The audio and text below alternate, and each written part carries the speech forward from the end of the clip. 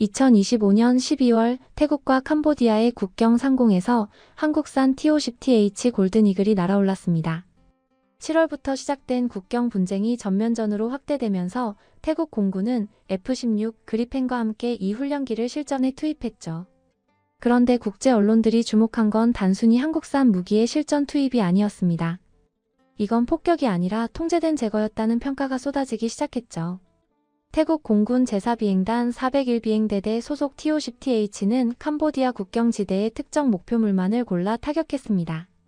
주요 표적은 범죄 조직의 거점으로 식별된 카지노 시설과 통신 인프라였죠.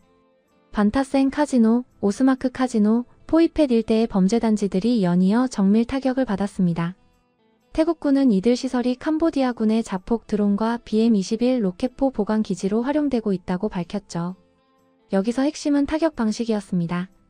T-50TH는 한국산 KGGB 정밀 유도 폭탄을 장착하고 출격했습니다. KGGB는 GPS와 관성항법을 결합한 유도 장치로 최대 100km 거리의 목표물을 정확히 타격할 수 있죠.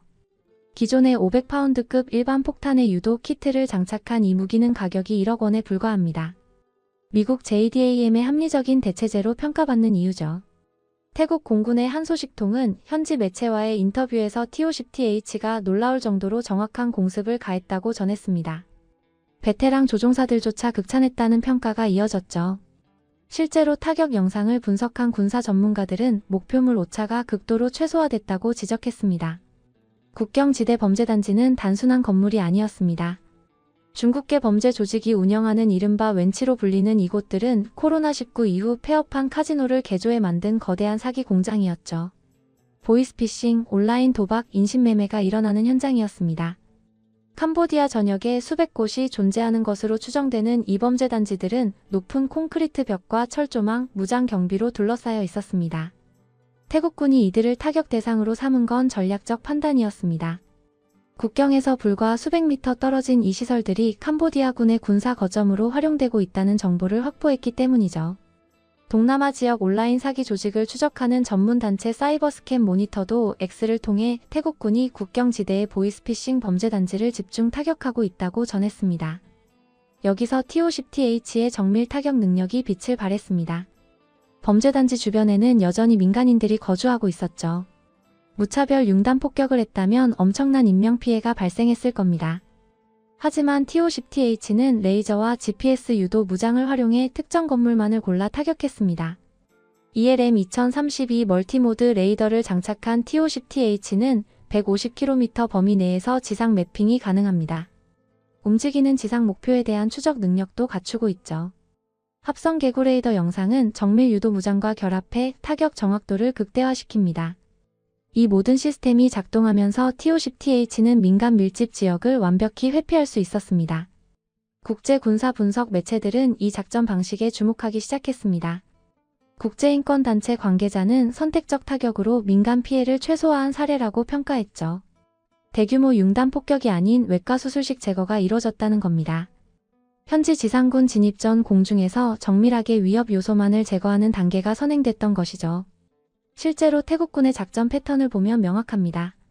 먼저 T-50TH와 F-16이 범죄단지와 카지노를 타격했고 그 이후에 지상군이 진입해 해당 지역을 장악했습니다. 12월 9일 태국 해군이 반타센 카지노를 포격한 것도 같은 맥락이었죠. 태국 공군 대변인은 해당 카지노가 BM-21 다연장 로켓과 드론 등을 야적해놓고 있었다고 밝혔습니다. 이런 작전 방식은 동일 분쟁에서 사용된 타국 무기와 확연히 대비됩니다. 캄보디아군은 BM-21 다연장 로켓으로 태국 국경 마을을 공격했고 이 과정에서 주유소와 편의점 같은 민간 시설에 로켓탄이 떨어졌습니다. 태국 민간인 최소 13명이 사망하고 32명이 부상당했죠. 5살 어린이도 포함돼 있었습니다. 반면 T-50TH의 타격을 받은 지역에서는 민간 피해 보고가 현저히 적었습니다. 군사 분석가는 기술이 개입되면 전쟁 양상이 달라진다는 것을 보여준 사례라고 평가했죠. 무차별과 통제의 차이, 그것이 바로 한국산 무기가 보여준 핵심이었습니다. T-50TH가 사용한 KGGB의 강점은 여기서 더 드러납니다. 이 유도폭탄은 별도의 시스템 통합 작업이나 복잡한 개조 없이도 다양한 항공기에 적용할 수 있습니다. 터치스크린 방식의 소형 단말기로 목표 좌표를 쉽게 입력할 수 있어 신속한 임무 수행이 가능하죠. 복잡한 소프트웨어나 기내 배선 작업이 필요 없다는 게 결정적입니다. 2022년 태국에 수출된 KGGB는 이번 분쟁에서 실전 투입돼 그 성능을 입증했습니다. 명중 영상이 공개되면서 폴란드, 콜롬비아 등 각국이 큰 관심을 보이고 있죠. 방산 전문가는 KGGB가 단순한 저가 무기가 아니라 정밀도와 효율성을 갖춘 전략 자산으로 평가받고 있다고 분석했습니다. TO-10TH 자체의 능력도 재조명됐습니다. 원래 고등훈련기로 개발된 이 항공기는 필요시 경공격기로 전환할 수 있도록 설계됐죠. 다양한 무장을 장착할 수 있는 하드포인트를 갖추고 있으며 초음속 비행이 가능합니다. 태국이 2018년부터 도입한 TO-10TH는 총 14대가 운용 중이며 2028년까지 2대를 추가로 도입해 16대 편제를 완성할 계획입니다. 그동안 TO-10 계열은 실전 검증 부족이라는 약점을 지적받아 왔습니다. 잠재 구매국들은 전투에서 증명된 적이 없다며 우려를 표했죠. 하지만 태국의 이번 사례가 그 의구심을 단번에 날려버렸습니다. 필리핀이 남부 반군과의 교전에서 FA-50으로 전과를 올린 데 이어 태국까지 실전 성과를 입증한 겁니다. 국제사회의 반응도 흥미롭습니다. 일부 유럽 군사 전문지는 한국산 무기는 무차별이 아닌 통제된 전력으로 분류돼야 한다고 주장했죠. 정밀도와 교전규칙 준수 능력이 한국 방산의 핵심 강점으로 부각됐습니다. 한국은 단순한 무기 수출국이 아닌 책임 있는 군사기술 국가로 인식이 전환되고 있는 겁니다. 이는 향후 도심 작전이나 저강도 분쟁 환경에서 한국 무기 체계의 활용 가능성을 크게 높입니다. 현대전은 점점 더 민간인 보호와 정밀 타격을 요구하고 있죠. 무차별 화력보다는 선택적 제거 능력이 중요해진 겁니다. 국제법 전문가는 민간 피해 최소화는 이제 군사 작전의 필수 요건이며 이를 기술적으로 구현한 사례가 주목받고 있다고 설명했습니다. 태국 캄보디아 분쟁의 배경도 살펴볼 필요가 있습니다. 양국은 1907년 프랑스가 설정한 국경선을 둘러싸고 100년 넘게 갈등을 빚어왔죠. 특히 프레아 비에아르 사원의 영유권 문제는 2008년, 2011년에도 무력 충돌을 불렀습니다. 2025년 5월 28일 국경 교전으로 캄보디아 군인 1명이 사망하면서 긴장이 다시 고조됐고 7월 24일 전면 충돌로 확대됐습니다. 하지만 이번 분쟁에는 또 다른 배경이 숨어 있습니다. 바로 국경지대의 카지노와 범죄단지 문제죠.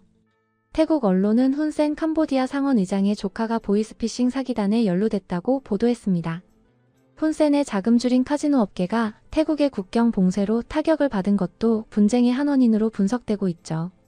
이런 복잡한 상황에서 TO-10TH의 정밀 타격은 명확한 메시지를 전달했습니다. 군사 목표와 범죄 거점만을 선택적으로 제거할 수 있다는 것, 그리고 그 과정에서 민간인을 보호할 수 있다는 것이죠. 이는 단순한 화력 우위가 아니라 윤리적 우위를 의미합니다. TO-10TH는 단순히 폭탄을 투하한 게 아니라 정확히 필요한 지점만을 타격했습니다. 이게 바로 국제사회가 주목한 이유죠. 한국 방산의 위상도 함께 올라가고 있습니다.